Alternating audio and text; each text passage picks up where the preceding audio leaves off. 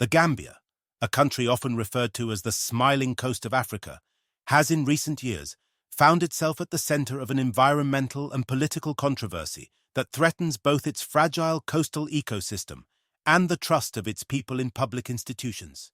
At the heart of this unfolding drama is a shady sand mining deal involving the administration of President Adama Barrow and a company known as GACH Mining, owned by businessman Abubakary Jawara. What initially appeared to be a routine economic opportunity has become a national scandal, exposing flaws in governance, raising questions about corruption, and igniting public outrage in communities like Tujereng. To understand the full scope of this issue, we need to go back to the year 2017, just months after Adama Barrow took office in a historic transition from the long authoritarian rule of Yahya Jammeh. In June of that year, GACH Mining was incorporated.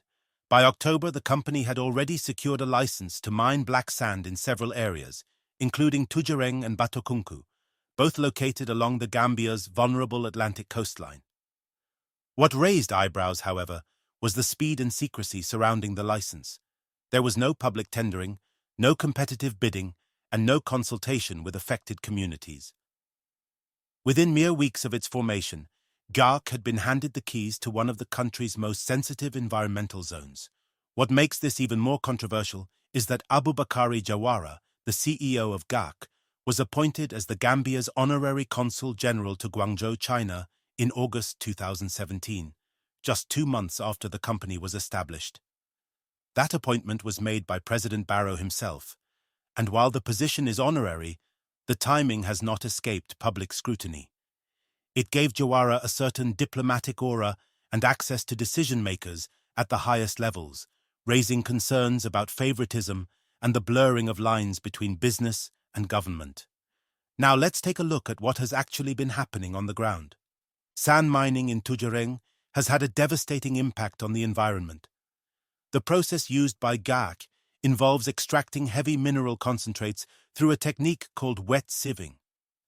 This method requires large amounts of water and causes massive disruption to the landscape. In Tujereng, mining operations have led to the destruction of thick vegetation, including centuries-old baobab trees that are culturally significant.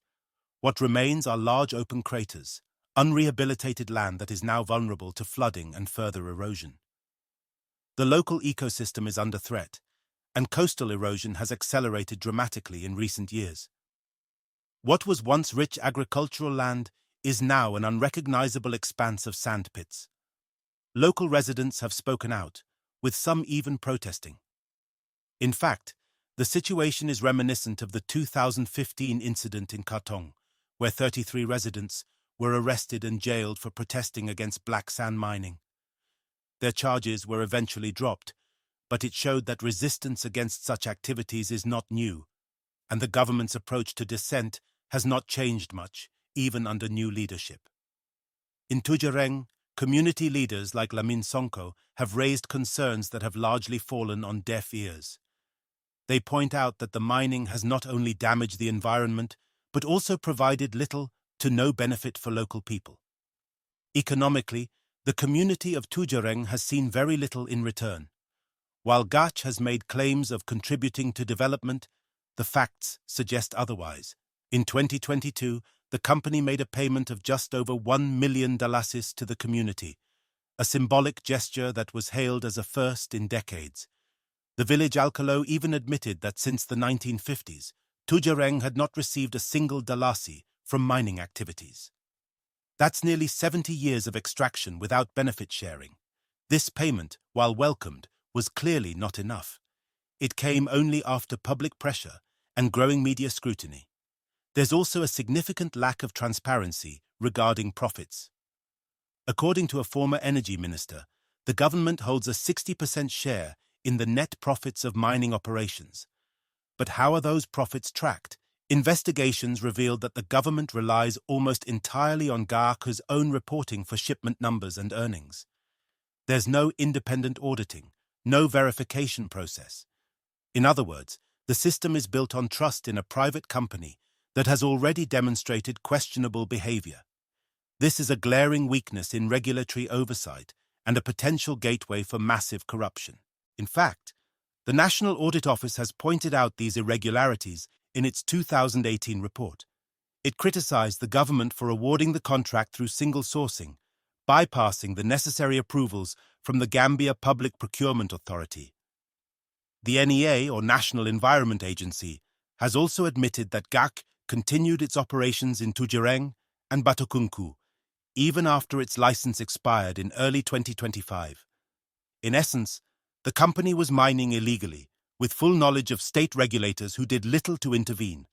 What we see here is not just environmental degradation, but regulatory complicity, or at best, gross negligence. What makes the GACH deal particularly dangerous is the political connection between President Barrow and Abubakary Jawara. While both parties have denied any wrongdoing, their close relationship is difficult to ignore. Jawara is known to be a major supporter of President Barrow. He has reportedly financed activities for political youth groups aligned with the president. His political involvement, coupled with his business interests, makes for a troubling cocktail. Even though no direct evidence has been presented to show that Barrow profited personally from the deal, the circumstantial evidence points to an environment where patronage thrives and decisions are made to benefit a select few at the expense of the nation. The people of Tujereng are not staying silent. Despite initial excitement when the mining began, some hoped for jobs, community development, and better infrastructure. Disappointment has set in. What they got instead was dust, noise, and damaged land. The few who were employed by GACH often worked under poor conditions, with minimal wages and no long-term job security. Some have already left the area, migrating in search of better opportunities. Those who remain feel betrayed, and their calls for justice are growing louder. Environmental activists and civil society groups have started to amplify these concerns. They argue that the Gambia needs a complete overhaul of its mining laws. They're calling for greater transparency, better regulatory frameworks, and community involvement in decision-making. These aren't just wishful demands. They are necessary reforms if the country is to avoid further exploitation. The Jana Commission, established to investigate corruption under the previous regime, had already made similar recommendations. It advised the government to freeze the issuance of new mining licenses until proper laws and systems are put in place. But those recommendations appear to have been shelved in favor of short-term financial gain. So, what's next for Tujereng and the Gambia? The story of this sand mining deal is more than a local issue. It's a national crisis. It reveals how state resources can be exploited under the guise of development, how public institutions can be manipulated to serve private interests, and how communities can be left behind, even as their lands are stripped bare. This isn't just about sand. It's about justice, governance, and the future of a country trying to redefine itself after decades of dictatorship. If President Barrow's administration is serious about building a new Gambia, one built on transparency, accountability, and equity, then it must start by addressing this scandal head-on. That means revoking illegal licenses, holding companies like GACH accountable, compensating affected communities, and implementing real reforms to prevent similar deals in the future. It also means ending the culture of impunity that allows politically connected individuals to operate above the law. This is not just a call for better governance. It's a plea to save the Gambia's environment, its communities, and its democratic integrity. Because if a small village like Tujereng can be sacrificed for profit today, then any part of the country could be next. It's time for the Gambia to decide what kind of future it wants, and whether it will continue down a path of exploitation or rise to the challenge of building a nation that serves all its people, not just the privileged few. Thank you for watching and supporting our channel. If you found this video informative, please like, share, and subscribe so we can continue bringing you deep dives into the political and social issues that matter across Africa. Until next time, stay aware, stay informed, and stay strong.